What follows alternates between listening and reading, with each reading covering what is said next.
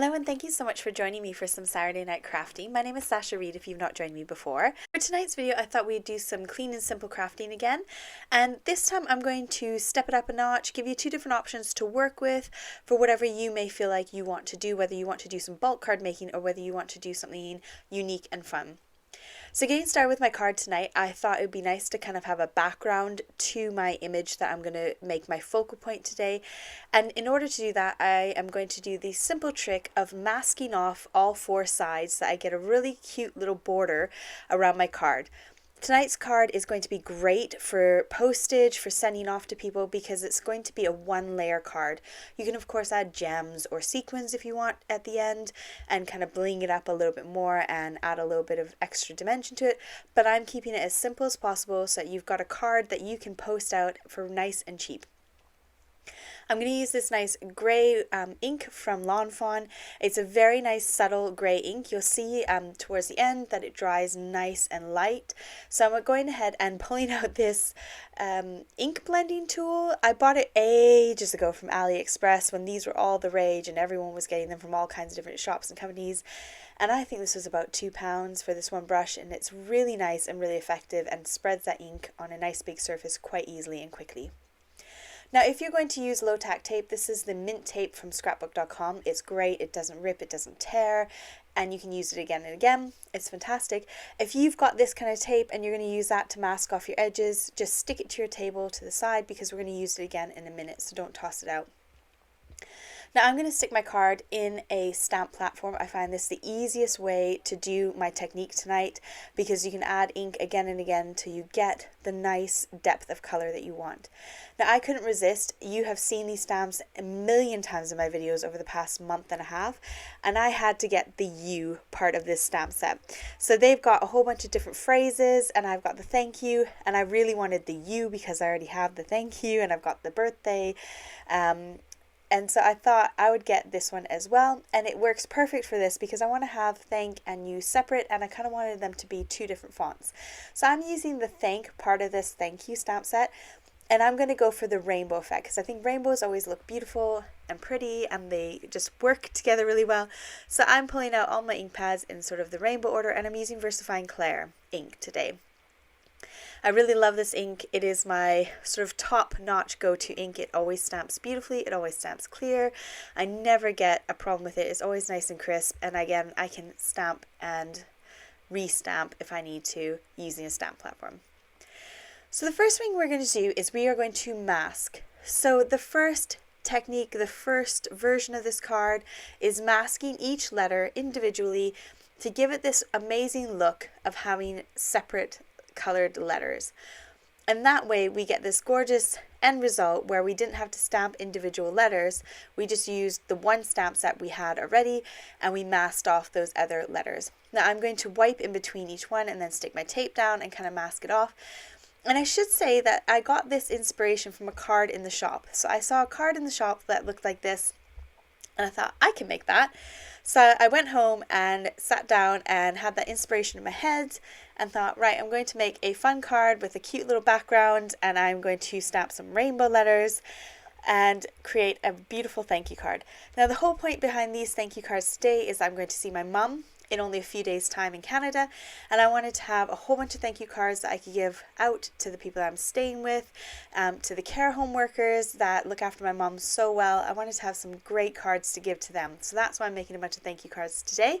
I'm sharing with you this first one here is a bit more time consuming. This is the longer version of this card that we're going to make today, and I'm going to show you how you can bulk make it and you can really step it up. Now here's where I stuck my thumb in the ink pad. I got distracted by the fact that I stuck my thumb in the ink pad and wiped it off, and I didn't take off that masking bit. So I have just stamped down with my mask on and given myself a nice little blob. If you do this, I'm going to share with you how you can kind of fix it and cover it up. So a lot of people say that a mistake isn't a mistake, it's just an opportunity to embellish, and I'm going to share with you how I'm going to cover this up. It's going to still be a one layer card and we're going to make it work. So from now on, I'm paying attention, I'm taking off those masks, and I'm focusing. The next card will be for you if you're not very good at taking off those masks like me. So here's the finished card. I love how it looks. It's really gorgeous. I love that subtle background. I love that it's one layer. It's so easy to post. Now here's where I'm going to come in. I'm going to use this stamp set in a minute. And this is a new Catherine Pooler stamp set, and it is a Canadian themed one, so high five to her. I love this stamp set. And I'm going to use the Canadian maple leaf. And I'm going to use just the maple leaf, not the one in the heart. So the first step of sorting this is I'm going to fill in the O. I'm just going to cover it up because I noticed that most of my ink is inside that O. So I'm going to take a nice small little ink blending brush that I picked up off AliExpress, and I'm just going to color in the O. I'm just going to dab enough ink in there and kind of ink blend it all together so you can't even tell. And then I'm going to set it aside to dry, and we'll come back to it in a minute. Now, if you want to bulk make some cards, you want a whole bunch of thank you cards, you've got a bunch of people to give them to like me, we are going to do that version now. So I'm going to start off the same process. I'm going to mask off my area, but I'm going to mask them all off in one go. So I've got 6 cards, masking them all off, and then I'm going to start stamping them all at the same time. So I'm not having to do these processes all individually. So I've stuck in my card base, I'm sticking in my stamp, and now here's where we're going to change it up ever so slightly to save us on time and make this go a lot quicker. I'm going to get out my recycled bits of foam. These came from nail varnish holders. So I love gel polish, and I got like these little holders and you had to pop out all the foam circles. I'm going to use those for my ink blending. A sponge works, a dauber works, whatever you've got to hand. I'm going to start by sticking down my T. I'm kind of making sure that I go a little bit across, so I'm touching the next letter. I'm going to come in with the next letter of the alphabet, wipe off in between on the stamp, add the color down. I am not masking, I am now going for an ombre look. So I'm intentionally kind of going slightly over onto the next letter on both sides, and then I'm getting that beautiful kind of ink blend. Now this takes minutes, even with me wiping off in between each color so I'm not cross-contaminating my ink pads. It is taking minutes to do this technique. I did all of these cards. I did 6 cards in a matter of about 20 minutes. So here's my thank, and I'm just going to do the thank on every single one of these cards first, and then I'm going to move on to the U so that I can make sure that I'm not removing my stamps, I'm not having to reposition.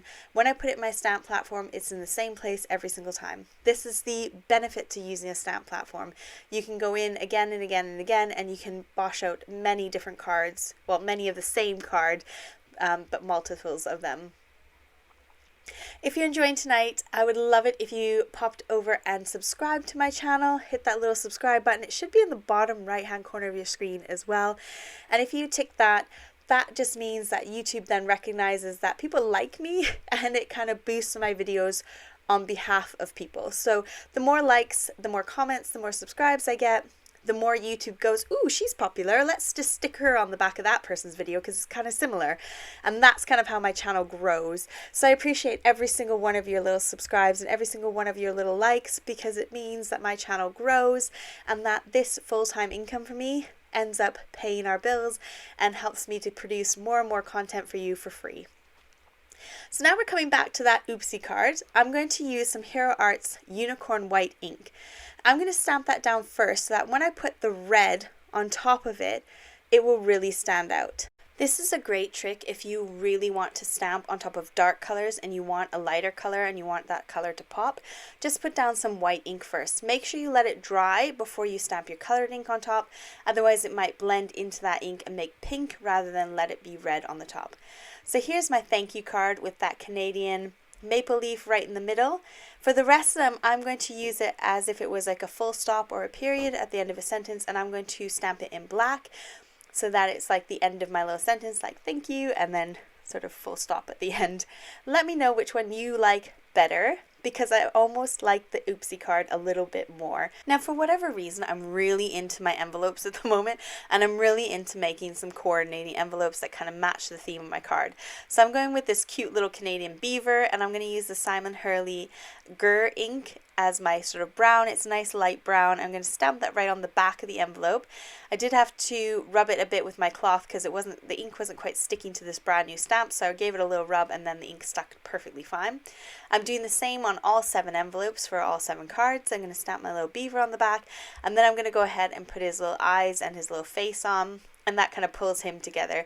And that way when I go and stick my card in and I seal it up, it'll look really cute and lovely, and it'll kind of tie in with my kind of Canadian thank you themed card. So let me know in the comments section down below what you prefer. Do you like the Oopsie card? Do you like the other card? Which one do you like the most? I would love to know your thoughts on it. And I'd love to know if you enjoyed my content tonight, if you enjoyed this video. Now this is a bit you don't normally see. To finish off my cards, I tend to stamp my information on the back of the card so that people know who it's come from, and if they want to watch my videos and learn how to make this card, then they can go and check out my YouTube as well. So I always leave my little bit of personal information on the back, and I got this stamp from a British shop here in the UK. I'll link them down below if you want to get a personalised stamp as well. So thank you so much for joining me tonight. Have a fabulous weekend, and I will see you next weekend while I'm in Canada. Take care. Have a great night. Bye.